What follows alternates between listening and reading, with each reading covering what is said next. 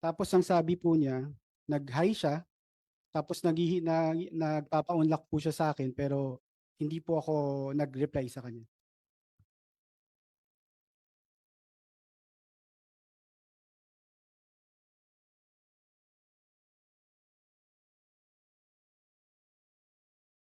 Anyway,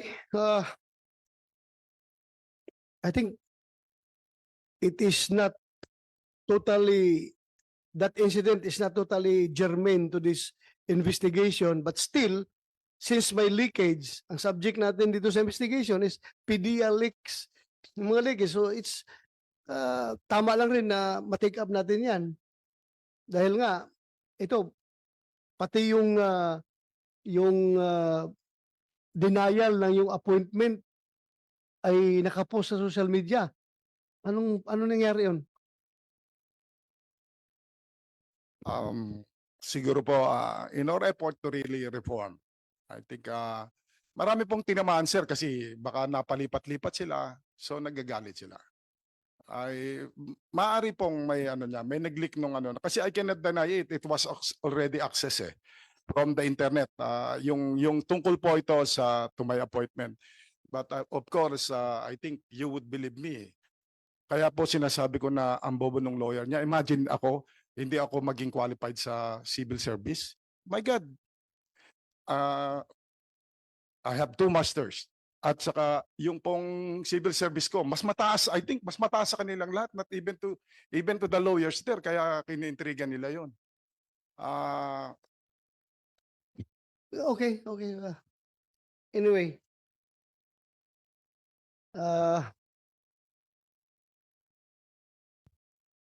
abat, ikaw ang chief ng intelligence dyan.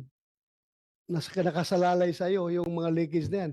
Kung ikaw mismo naging biktima, nileak yung dokumento na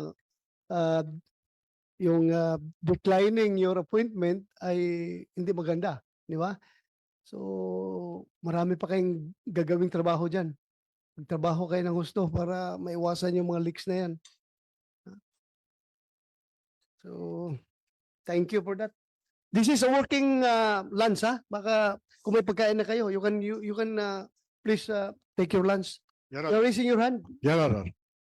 Your Honor, doon sa ano no, yung ginawa sa aking ano no, yung isa-settle na lang daw. Yung allegedly inutusan nung isang James Kumar. Itong yung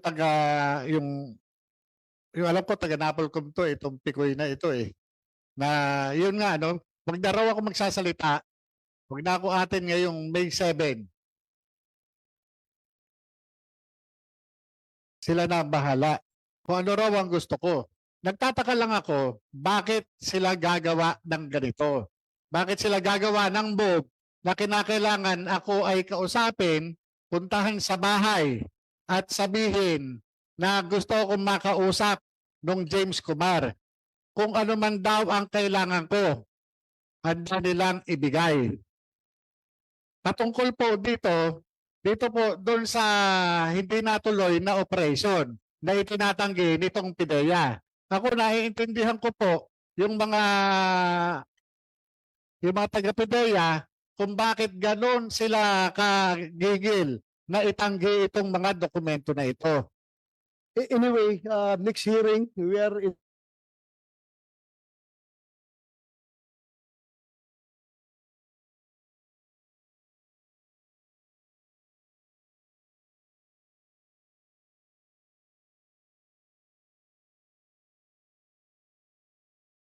Yan na kausap niya yung James Kumar at meron siyang kausap pa na isang tao na di umano isang Lisa o yung tinutukoy na first lady. Yun po yung kung naman po yun doon sa nagtataka lang ako, bakit sila nag-o-offer, bakit sila nag-reach out sa akin kung sinasabi ng PIDEA na hindi to. Nagtataka lang ako na sa ganyan talagang yung mga kaso na mga kinakaharap ko, talagang ginagamit para sirain yung aking pagkatao. Hindi ko mo, ikaw ay nakasuhan, Your Honor, isa-isa ka ng, hindi ka na dapat kapanipaniwala, Your Honor. Anyway, that's normal. That's normal. You know how sensitive this case that we are tackling right now. So you expect those kinds of hindi lang naman talaga, it's not actually to destroy your credibility, kundi just to set the record straight. Kay official records man yung mga kaso mo talaga. So kaya siguro sinait yan ng PDEA dahil totoo naman talaga. Ang intention maybe from your end might be a character assassination on your part, pero PDEA is just setting the record straight na meron kang hinarap na kaso at hindi mo naman dinay. So there's Yes, no Your Honor. problem about that. Yung kinaso ng PDEA, talagang hinaharap ko po yun. Okay. Ngayon, ang tanong ko lang, Your Honor, isa pa doon sa yung lumabas na drug test result, Your Honor. Ang inaano ko dito is yung mandato ng PDEA, bakit hanggang ngayon walang ginagawa na investigation para at least ito mawala na doon sa isipan ng publiko nagkakaroon ng pagtatakip doon sa issue. Kasi kung titignan nyo, Your Honor, Dali lang, yun ang problema. You keep on barking about drug test result. Although medyo malayo na yan dito sa ating pinag-usapan dito about PDEA leaks, pero yung drug test result, you're claiming, so sana pakita ninyo yung ebidensya. Meron din to, sir. Meron Your Honor, ito po, Ito po yung drug test result na ang oras ay 2 minuto lang kinandak yung drug test. Your Honor, kung ako, kung yung isang karaniwang tao na nagtatanong, kung kaya nilang sirain ang credibility ng isang katulad ko dahil lamang doon sa mga kaso na mga harassment case, bakit itong mga ganitong lumalabas na drug test ay hindi pansinin ng PDEA? Ito, Your Honor, kung mapapansin nyo, ang oras dito ay 12:15 p.m. at natapos 12:17:54 p.m. Ito po, Your Honor, nandito po. Kung makikita nyo, hindi po inaaksyonan ng PDEA. Ang ginagawa nila, Sandali, ano magiging grounds ng PDEA para aksyonan yan? ito po yung discrepancy dun sa mismong oras. Pinakita mo na ba yan sa kanila? Opo, ito po, ngayon ko po, pinapakita ko po ngayon, Your Honor. Ngayon Ito pala, po, sandali lang, ngayon mo pa pala ibibigay sa kanila.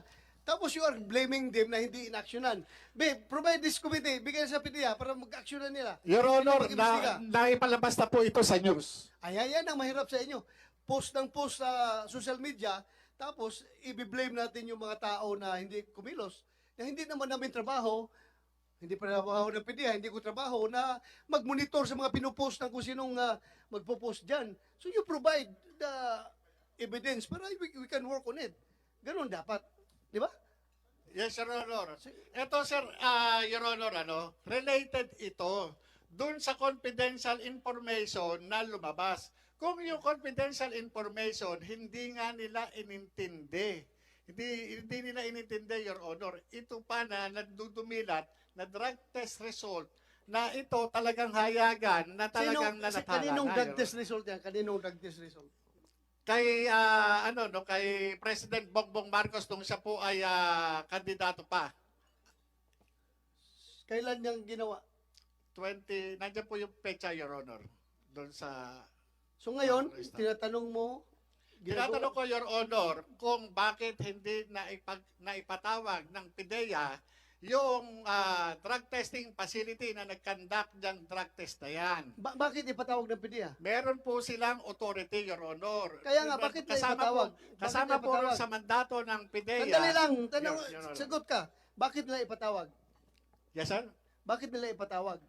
Mandato po nila yun sa 9165, sa Comprehensive Alam Business ba License. nila kung anong dapat nilang tanungin? Yes, Your Honor. Alam kung talagang inaalam lamang po nila Hindi, yung sandali lang. Alam ba nila? Mahirap i-blame natin yung ahensya na for non-performance na hindi nila alam. alam ba nila? Your Honor, binanggit ko po yan last hearing. Ay, Binanggit ko po rin hindi yan. naman. Porque binanggit mo, dapat i-provide natin. Hindi naman sila robot na dediretsyong kikilos na walang inhawakan na papel. Ibigay mo, saan na yung papel na yan? Ano po sa kinuha ng staff niya, Your Honor. Pasirox mo, tapos bigyan mo PDEA. Okay.